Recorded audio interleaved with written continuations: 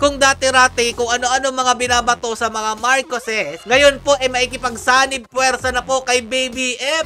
Mabalik po tayo sa panahong 1986. Yung papapasukin mo uli yung iyong naging kalaban sa iyong poder, ibig sabihin gusto mo uling-ulitin yung nagawa nila sa iyong ama. Okay lang ba mga tanso? Masakit ba? Inom muna kayo dyan ng mga maintenance ninyo.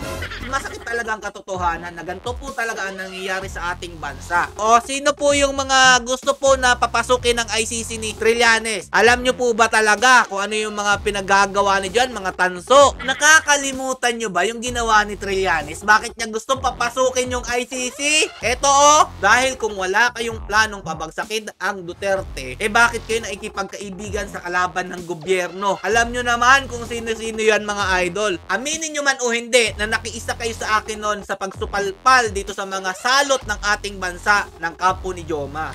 Tapos gayon, gusto nyo na makipagkaibigan? Anong klaseng mga jutak meron kayong mga tanso kayo?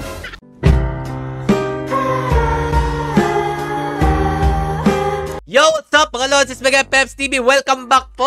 Masaya ba ang lahat? Lalong-lalo na po yung mga tanso dyan. Dahil natutupad na po ang ating pangarap na mag-unity mga lodi. Yan po talaga ang adhikain ng administrasyong ito. Magkaisa po tayong lahat. Palakpakan po natin si Baby M mga lodi.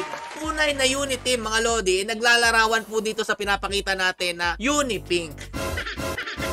Yan po ang ating tatalakayin ngayon mga lodi. Isa pong halimbawa dyan ang pagbabalik po ni Antonio Trillanes para po sa pag-iingay dito po sa ating bansa dahil malapit na po ang 2025. Ano kayang plano na naman ni Trillanes? Lumalabas lang siya pag malapit na eleksyon mga idol.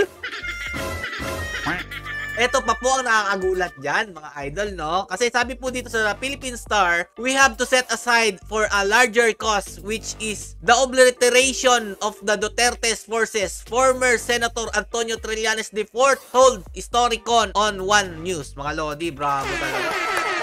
Kasi nga mga idol, sabi po ni Trillanes, Marcos, Pink can join forces to form anti-Duterte uni-ticket. Hindi nyo na lang sinabi na Unipink, anak na tinapay. Kitang-kita naman po talaga ang pagka-ipokrito mga idol, no? Kung dati-rati kung ano-ano mga binabato sa mga Marcoses, ngayon po ay maikipagsanib puwersa na po kay Baby M. Bravo naman talaga. Siyempre, papasok na dyan sila Risa Hontiveros, Kiko Pangilinan, Bam Aquino, at saka si Chel Jokno po. Dito po ninyo makikita ang mga politiko talaga na walang paninindigan. Para lang po makabalik sa posisyon, na po, nagsisidikita na po lahat sa administrasyong ito. Papaalala ko lang po sa inyo mga idol si Trillanes po ay isa po sa mga hindi sumasang-ayon sa pagtakbo po ni Baby M. At dahil nga dyan sinabi niya pa dito, kung talagang maayos daw po ang presidente ni Marcos, bakit daw po pinatalsik daw po siya ng mga Pilipino noong 1986 at tinalikuran po ng AFP? At bakit hindi daw po siya pinaglaban ng mga loyalista niya na kung totoo na sana tama siya at marami siyang nagmamahal sa kanya noon, sana po pag-isipan nyo yan. Antonio Trillanes IV at ngayon po ay sumisip-sip sa administrasyong BBM. Okay lang kayo dyan mga loyalista? Masaya ba talaga yung Unipink ninyo? Okay lang yun sa inyo kasi para po sa aking minamahal na si BBM, ako'y handang sumuporta kahit yung mga nagtraidor sa kanya dati, eto na, bumabalik na. Bumabalik po tayo sa panahong 1986. Yes! Malapit na po ang paghuhukom. Hindi ko lang alam mga idol kung talagang sinasadya lang ba ito ni Baby M para makapaghiganti. Pero mga lodi, alam niyo yun, yung papapasukin mo uli yung iyong naging kalaban sa iyong poder, ibig sabihin, gusto mo uling-ulitin yung nagawa nila sa iyong ama, ha? Tama ba ako? Okay lang ba mga tanso? Masakit ba? Inom muna kayo dyan ng mga maintenance ninyo. Dahil masakit talaga ang katotohanan na ganito po talaga ang nangyayari sa ating bansa. So ito pa mga idol, noong tumakbo po na pagka-presidente si BBM noong 2022, isa po ito si Senator Trillanes na nagpakansela po sa kanya ng COC. On petition to cancel COC of Presidential Bet Marcos, the opposition is prepared for any outcome but my personal preference is that BP Leni Robredo Panlo wins over all them through the ballot. Because governing after would be much easier na compared to kung madi-disqualified si Bongbong Marcos. And there will be this grant-led segment to the society. Yan po ang sinabi po ni Antonio Trillanes IV. Ngayon, nakikisip-sip si Antonio Trillanes. Anak ng tinapay naman. Hindi naman nasawa to. O, sino po yung mga gusto po na papasukin ng ICC ni Trillanes? Alam nyo po ba talaga kung ano yung mga pinagagawa ni dyan, mga tanso? Sabi nila, gumanda kayo kay Trillanes. Papapasukin niya na ang ICC sa ating bansa para makulong po ang mga Duterte. Nakakalimutan nyo ba yung ginawa ni Trillanes? Bakit niya gustong papasukin yung ICC? Eto ICC Duterte at Marcos Jr. Ayan mga lodi. Eto po mga lodi, kung hindi ako nagkakamali, gusto pong papasukin ni Trillanes itong ICC dahil nga po sa paglabag po ng batas ng Duterte at saka Marcos po. Dahil nga po, nung panahon po ni Marcos mga idol, marami daw po siyang sinaktan, pinaslang, nung panahon po ng diktadoryang rehimen ni Marcos. Tapos din po, ganun din daw po yung nangyari sa Duterte admin dahil nga daw po dito sa war on drugs. Ito nga po, gusto niyang papasukin ng ICC. Pagkapasok nitong ICC, mga tanso, alam nyo na ibig sabihin nun. Diyan na babanat si Antonio Trillanes dahil nga ito'y plano niya talaga naman noon pa. Na ang Duterte at Marcos ang target niya para patalsikin sa posisyon at ibalik po ang kanilang hukbo ng sandatahang Unipink.